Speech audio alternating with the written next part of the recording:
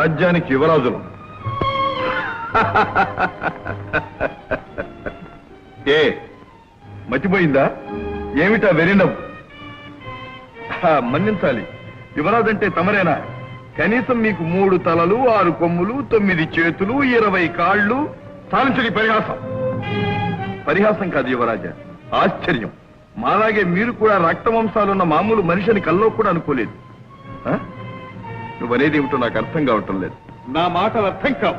అద్దాల మందిరాల్లో అందాల నగర శిల్పాల వంపు సంపులు తిలకిస్తూ, మెత్తని పట్టుపాన్పుల మీద మత్తు పానీయాలు సేవిస్తూ, నృత్యగాన కళా వినోదాలలో తేలిపోయే మీకు నా మాటలు అర్థం కావు. ఏమిటో బాధతో మాట్లాడుతున్నా. బాధ? ఈ బాధ నా ఒక్కరిది కాదు యువరాజా, మీ ఏలుబడిలో కుంగి కుషించిపోయే ప్రతి ఒక్క పౌరుడిది. ఏమిటి? నా ప్రజలు బాధపడుతున్నారా? తెలీదు? మీరిచ్చిన అధికారంతో మీ తాబేదారులు కన్ను మిన్ను కానకుండా ప్రజలను ఎలా పీడిస్తున్నారో మీకు తెలీదు? మీ పట్టాభిషేకం పేరుతో మీ బొక్కసమంతా నింపాలని దోపిడీ దొంగల కంటే అన్యాయంగా ప్రజలను ఎలా దోచుకుతుంటున్నారో మీకు తెలీదు? నమ్మలే. ఇంత దౌర్జన్యంగా మా అధికారులు ప్రవర్తించరు. నమ్మరు? అయితే చూడండి.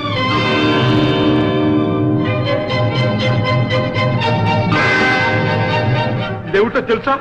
తెలుసా అని వాళ్ళు చేస్తున్న పని అన్యాయమని చెప్పినందుకు వాళ్ళు ఇచ్చిన బహుమానం చూడండి. ఒక్కొక్క తట్టు సత్యానికి, ధర్మానికి, న్యాయానికి మీరు పెట్టే గొడ్డలి పెట్టు. ఎంత దారుణం, ఎంత దారుణం! జరిగిన దానికి నేను ఎంతో చింతిస్తున్నాను. ఈ విషయాలు జరుగుతున్నట్టు నాకు తెలియదు. ఈ రాజ్య పరిపాలన మా మాతృశ్రీ గారి అని ఆ కుంటి సాగుతో తప్పించుకోవడానికి ప్రయత్నించకండి. రేపు మీరు పరిపాలించబోయే రాజ్యం ఏ పరిస్థితిలో ఉంది తెలుసుకోవలసిన బాధ్యత మీ మీద కూడా ఉంది. ప్రభువుని యముడిలాగా భావించే ప్రజల్ని మీరు ఎలా పాలిస్తారు? ఏ విధంగా పాలిస్తారు? యువరాజా, ప్రజల్ని ఆదరించి ఆదుకునేవాడే నిజమైన పాలకుడు. ప్రజల్ని పీడించి, ఏడిపించి మిడిసిపడేవాడు పాలకుడు కాదు, రాక్షసుడు. వాడికి ఏనాటికైనా పతనం తప్పదు. పేద ప్రజల అభిశాపమే వాడిని నిలువునా దహించి దగ్ధం చేస్తుంది. ఈ మాట మాత్రం మర్చిపోకండి.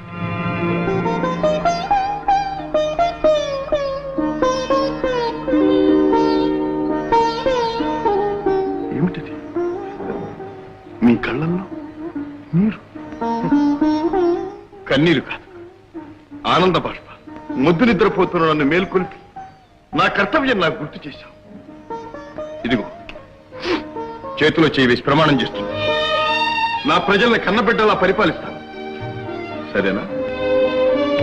అప్పుడు మీకోసం ధనమే కాదు, ప్రాణమేమన్నా సంతోషంగా ఇస్తాం. ప్రజల కోసమే ప్రభు అన్న నిజాన్ని నిరూపిస్తాను. అలా నిరూపించినాడు ప్రతి ఇంట మీరు తండ్రిగా నిలుస్తారు, దేవుడిగా కొలుస్తారు. మెరుపులా వచ్చావు, కనువిప్పు కలిగించావు. ఎవరు నువ్వు? నేనా? తమ ప్రజల్లో ఒకటి, సామాన్యుల్లో సామాన్యుడు కావు. నీవు మా ఆత్మీయుడం. నీ వంటి వారు మాకెంతో అవసరం. ఓ మంత్రి గారు రండి. ఏమలా నిశాంతపోయారు? రండి. వారు మన ఆత్మీయులే. ఈ సృష్టిలో ప్రభువు, ప్రజా ఒక్కటేనని ఈశ్వరుడు నిర్దేశం. అందుకే వారు కూడా మాలాగే ఉన్నారు కదూ. విచిత్రంగా ఉంది, నమ్మలేకుండా ఉన్నాను.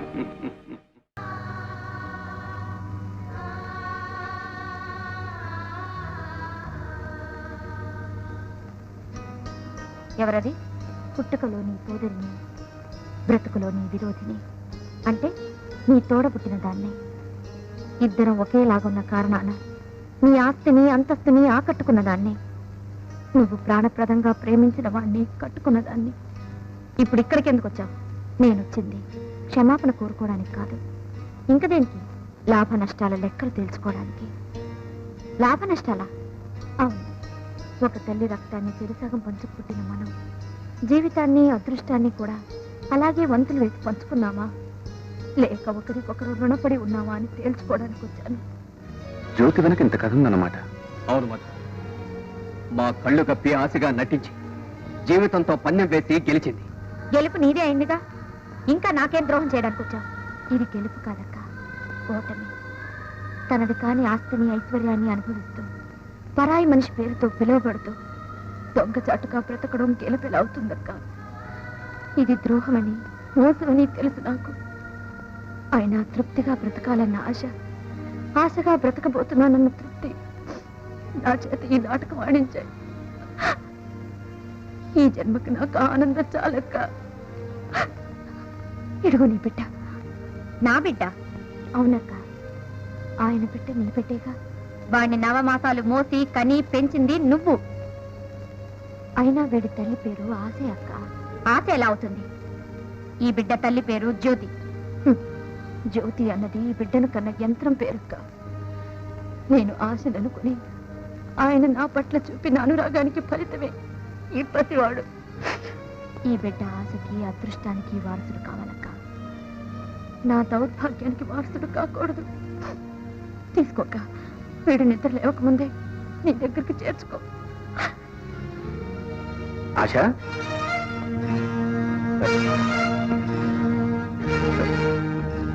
ఆశని డాక్టర్ వేణు పిలుస్తున్నాడు. ఆగు. ఆయన పిలిచింది నన్ను, ఇన్నేళ్లు పిలిచింది నన్నే. అవునక్క, ఆ పిలుపుకి నీకు తెరనై అడ్డు నిలిచాను. నీ మనిషికి నీకు అడ్డుపడ్డాను. అది తప్పని ఇప్పుడు తెలుసుకున్నానక్క.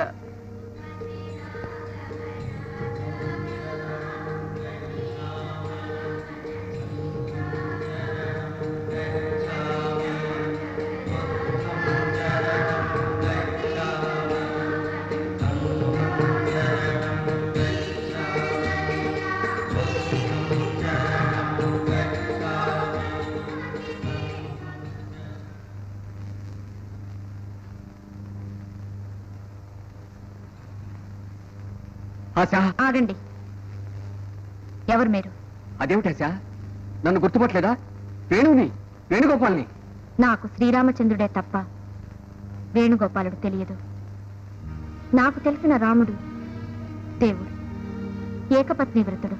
ఆశా, నువ్వు గీసిన బొమ్మలాగే నా బ్రతుకుని అసంపూర్తిగా వదిలేస్తావా?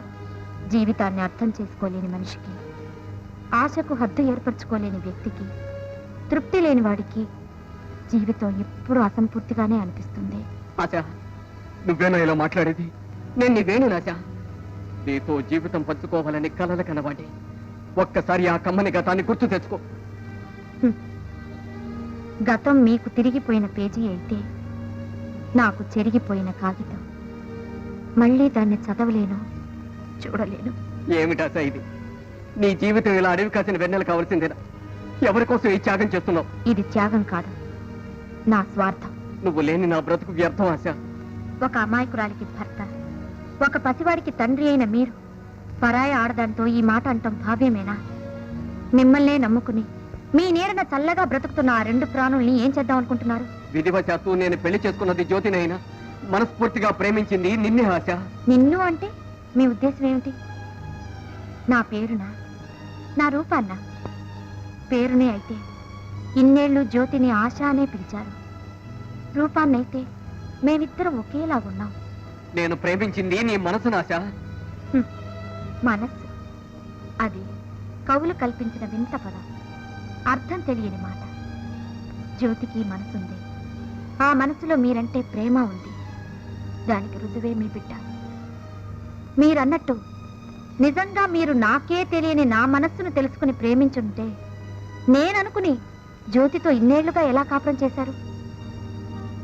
ఈ రోజున నేను కనపడగానే ఆ అమాయకురాలి నడివీధిని వదిలేసి నా దగ్గరకు వచ్చేస్తానంటారా? చదువుకున్నవారు, సంస్కారం ఉన్నవారు మీరనవలసిన మాటలు కావండి ఇవి. ఆశ, నా మాట విను. నేను మనసా వాచా కర్మనా కోరుకున్నది నిన్ను. ఆ జ్యోతి నన్ను మోసం చేసి... ఆపండి. జ్యోతి ఎవ్వరిని మోసం చేయలేదు, మనందరికీ సహాయం చేసింది. నేను చచ్చిపోయానన్న బాధతో మీరు కుంగిపోకుండా, మా అమ్మా నాన్నలు కుమిలిపోకుండా కాపాడింది. మీ అందరి దృష్టిలో నన్ను బ్రతికించింది. జ్యోతి తను కాలిపోతూ మనందరికీ వెలుగునిచ్చిన దివ్య జ్యోతి అండి. జ్యోతి వెలుగైతే నేను నీడను, వెలుతురుని కాదని నీడను వెంబడిస్తారా? మన జీవితాలు సమాంతర రేఖల్లాంటివి. ఒకరినొకరు తెలుసుకోగలమే తప్ప కలుసుకోలేము. ఆశా, మీ వాళ్ళతో సుఖంగా జీవితాన్ని గడపండి. రండి, మీ భార్యను బిడ్డను మీకు అప్పగిస్తాను.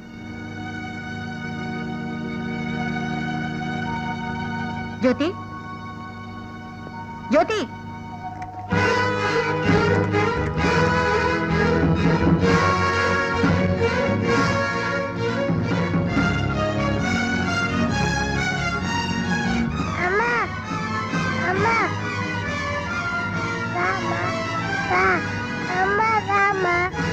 నన్ను మన్నించు బాబు. అక్కకు అన్యాయం చేశాను. నేను బ్రతకడం అనవసరం.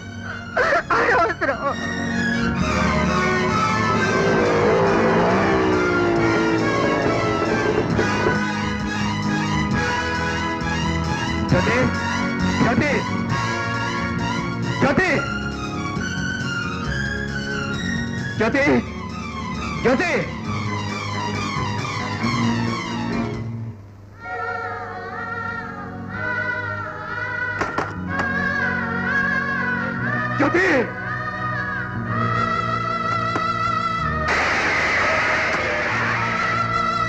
జ్యోతి జ్యోతి జ్యోతి జ్యోతి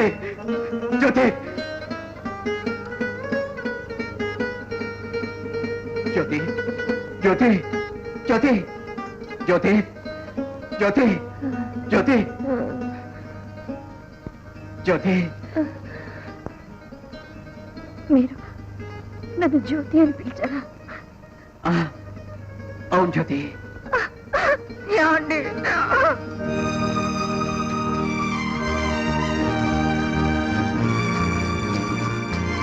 అమ్మా ఆశ, ఇప్పుడు మాకిద్దరు కూతుళ్ళమ్మా.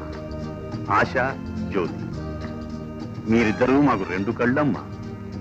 ఏ ఒక్క కంటిలో కన్నీరు చిందిన మాకు చూపు సరిగా ఆనదమ్మా. అవునమ్మా, మీరిద్దరూ పిల్లా పాపలతో సంతోషంగా బతకడం చూడాలమ్మా. మేము నిన్ను కంటికి రెప్పలా చూసుకొని నీలో మార్పు తెచ్చి మనిషిగా చేసిన మధుబాబును పెళ్లి చేసుకోమ్మా.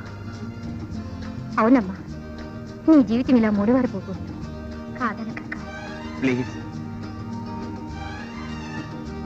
ఏమ్మా?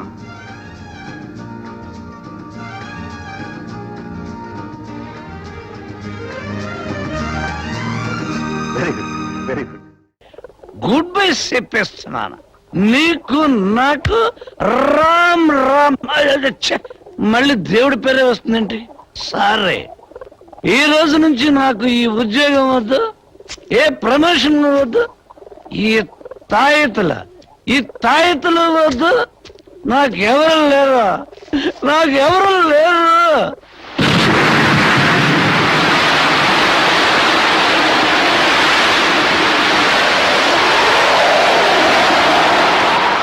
రమణ, ఎవరా అది? మర్యాద లేకుండా ఏమిటా పిలుపు? నాకు ఉద్యోగం పోయిన లోకుగా ఉందా? అయినా ఇక్కడికి ఎవరు వస్తారబ్బా? ఒకవేళ 7 వెంకటేశ్వరుడే నా నోటికి భయపడి డైరెక్టర్ గా వచ్చేస్తున్నాడా? రని ఫేస్ టు ఫేస్ తెలిపోద్దే.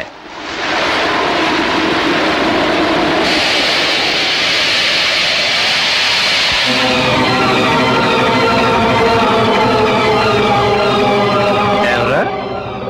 వెంకటేశ్వరుడేనా? ఆత్మని. ఆత్మవా? అర్థమైపోయింది. సినిమాల్లో హీరో కష్టాలు వచ్చినప్పుడు బాడీలోంచి బయటకు వచ్చి స్పీచ్ ఇచ్చి లోపలికి వెళ్ళిపోతుంది. ఆ టైప్ ఆత్మవా? నేను నా ఆత్మని. ఆపని కాశీ మసలీ కథలు. నేనేమన్నా నోట్లో వేసుకుని సీకే పసిపిల్లని అనుకున్నావా? ఏమో స్ట్రిక్ట్ గా ఉండే హెడ్ కానిస్టేబుల్ ఎదుగా. ఆత్మనని పరమాత్మని నువ్వు బెదిరిస్తే నమ్మేంత మూర్ఖుణ్ణి కాదు. మర్యాదగా నువ్వెవరో చెప్ప, లేకపోతే జక్కమ్మ డెస్క్ అయిపోతే.